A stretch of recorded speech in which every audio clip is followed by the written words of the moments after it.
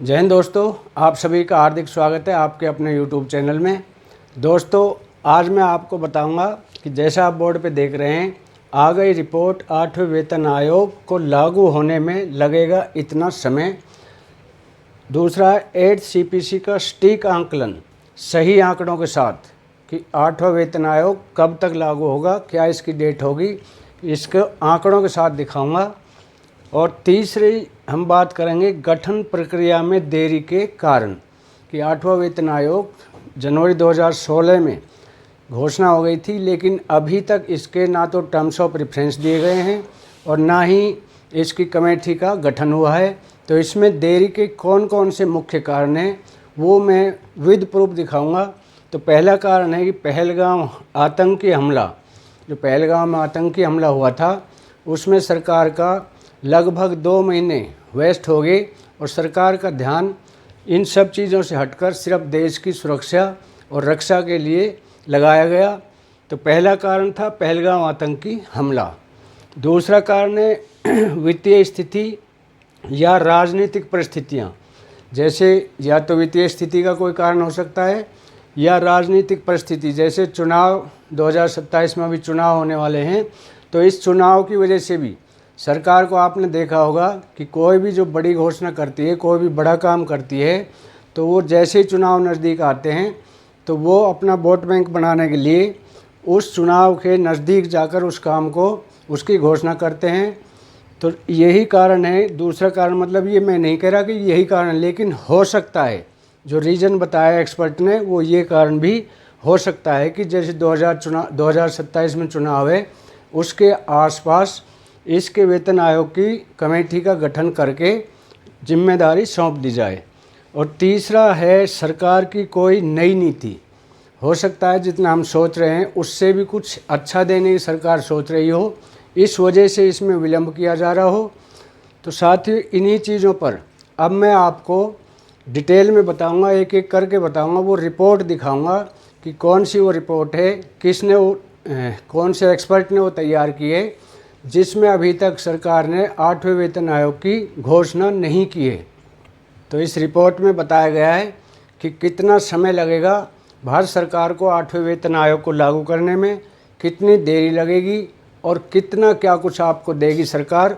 इन सब चीज़ों को लेकर मैं आपके सामने एक रिपोर्ट पेश कर रहा हूँ। जैसा कि टर्म्स ऑफ रेफरेंस दिए नहीं हैं भारत सरकार ने, कमेटी का गठन किया गया नहीं है अभी तक, तो इससे हो सकता है कि आपके 8वें वेतन आयोग में लेट लतीफ़ी हो सकती है।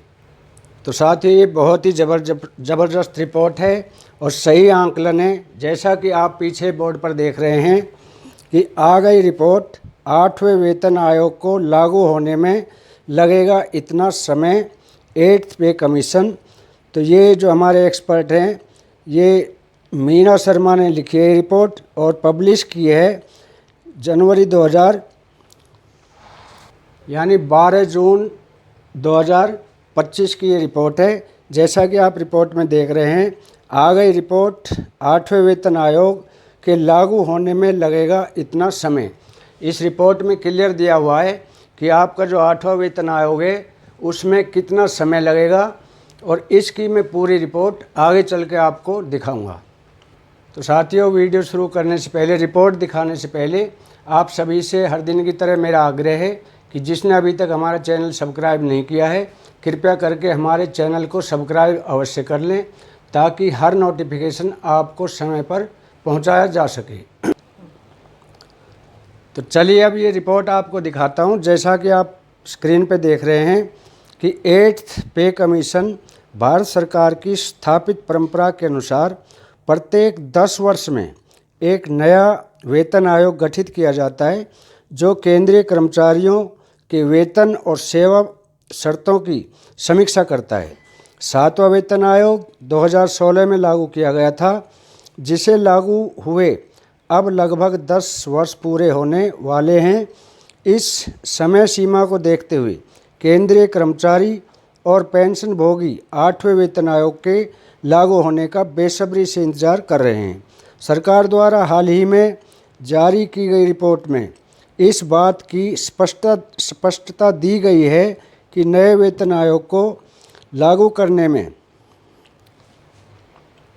कुछ अधिक समय लग सकता है। इसके कुछ कारण हैं, कुछ परिस्थितियां हैं कि सरकार ने इसको लागू करने में अपनी तरफ से पूरी तैयारियां कर दी गई हैं, लेकिन इसको लागू करने में कुछ समय लग सकता है। जैसे 7वां वेतन आयोग हुआ, 6ठा वेतन आयोग हुआ, इस तरह से उस समय सीमा में इस वेतन आयोग को भारत सरकार के द्वारा लागू करने में कुछ समस्याएं आ रही हैं। तो आगे जैसे देखिए कि गठन प्रक्रिया में आने वाली देरी के कारण, व्हाट इज़ द रीज़न। तो मैं कारण बता रहा हूँ कि 8वें वेतन आयोग की गठन प्रक्रिया अपेक्षित गति से धीमी चल रही है, यानी जैसे पैसेंजर ट्रेन चल रही है ऐसे पैसेंजर ट्रेन की तरह चल रही है, जिसके कारण इसके लागू होने में विलंब की संभावना बढ़ गई है। अभी तक न तो आयोग की औपचारिक गठन हुआ है और न ही इसकी कार्य शर्तें विचाराधीन की गई है। वेतन आयोग की गठन प्रक्रिया में सबसे पहले आयोग के सदस्यों का चयन किया जाता है।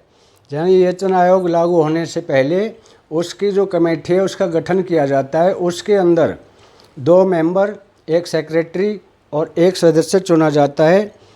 तो वो अभी तक भारत सरकार ने नहीं किया है। तो उसके बाद इसकी कार्यप्रणाली और संदर्भ शर्तों को तय किया जाता है। विशेषज्ञों का मानना है कि वर्तमान स्थिति को देखते हुए जनवरी 2026 से 8वें वेतन आयोग की सिफारिश को लागू करना नामुमकिन दिखाई दे रहा है। तो जैसा आप स्क्रीन पर देख रहे हैं कि पिछले वेतन आयोग का अनुभव और समय सीमा, 7वें वेतन आयोग के कार्यान्वयन के अनुसार यह अनुभव से यह स्पष्ट होता है कि वेतन आयोग की संपूर्ण प्रक्रिया में काफ़ी समय लगता है। 7वां वेतन आयोग फरवरी 2014 में गठित किया गया था और इसकी सिफारिशें जनवरी 2016 में लागू की गई थी। इस पूरी प्रक्रिया में लगभग 2 वर्ष का समय लगा था, जिसमें रिपोर्ट तैयार करना, विभिन्न हितधारकों के समुच्चय लेना, कैबिनेट की स्वीकृति प्राप्त करना और अंततः क्रियान्वयन की तैयारी शामिल थी। यदि 2025 के मध्य तक भी 8वें वेतन आयोग के गठन की समीक्षा नहीं होती, यानी कमेटी का गठन नहीं होता है, तो समझ लेना कि ये 2026 में देना बहुत ही मुश्किल है और इसमें समय लग सकता है, यानी ये 2027 तक पहुंच सकता है। तो अभी आगे हम बताएंगे फिटमेंट फैक्टर का जो महत्व और पिछला अनुभव। तो जैसा कि वेतन आयोग की सिफारिशों में फिटमेंट फैक्टर सबसे महत्वपूर्ण घटक होता है, जो यह निर्धारित करता है कि कर्मचारियों के न्यूनतम मूल वेतन में कितनी वृद्धि होगी। फिटमेंट फैक्टर यह गुणांक है जिससे वर्तमान वेतन को गुणा करके नया वेतन निकाला जाता है। 7वें आयोग में यह फैक्टर 2.57 निर्धारित किया गया था, जिसके परिणाम स्वरूप न्यूनतम मूल वेतन 7,000 रुपये से बढ़कर 18,000 रुपये कर दिया गया था। इस वृद्धि से न केवल न्यूनतम वेतन में बल्कि सभी वेतन श्रेणियों के सामुदायिक वृद्धि हुई थी। फिटमेंट फैक्टर का निर्धारण महंगाई दर, जीवन यापन की लागत व सरकार की वित्तीय स्थिति पर भी डिपेंड करता है कि सरकार की जो वित्तीय स्थिति क्या है, उसको देखते हुए भी फिटमेंट फैक्टर का निर्धारण किया जाता है। अब आगे आप जैसा देख रहे हैं कि विशेषज्ञों और कर्मचारी संगठनों के अनुमान के अनुसार 8वें वेतन आयोग में फिटमेंट फैक्टर 1.92 से 2.86 के बीच हो सकता है। यदि 2.86 का फिटमेंट फैक्टर अपनाया जाता है तो न्यूनतम वेतन 18,000 रुपये से बढ़कर लगभग 51,000 रुपये तक पहुंच सकता है, जो एक बहुत बड़ी वृद्धि होगी। हालांकि सरकार के राजकोषीय बोझ और वित्तीय स्थिति को देखते हुए अधिकांश विशेषज्ञ मानते हैं कि वास्तविकता में 2.6 से 2.7 के बीच का फिटमेंट फैक्टर अधिक संभावित है। यह फैक्टर महंगाई दर, पिछले 10 वर्षों में जीवन यापन की लागत में वृद्धि और सरकार की वित्तीय क्षमता को देखते हुए सही मान्य होता है, यानी सरकार की वित्तीय स्थिति को मद्देनज़र रखते हुए फिटमेंट फैक्टर 2.6 या 2.7 सही मायने में फिट हो सकता है। तो साथियों, ये थी हमारी आज की जानकारी अच्छी लगी हो तो वीडियो को लाइक, शेयर और सब्सक्राइब अवश्य करें, ताकि हम हर नया नोटिफिकेशन आपको पहुंचा सकें। तो आज के लिए इतना ही, कल फिर मिलेंगे इसी तरह की किसी नई व अन्य जानकारी को लेकर। तब तक के लिए जय हिंद, जय भारत।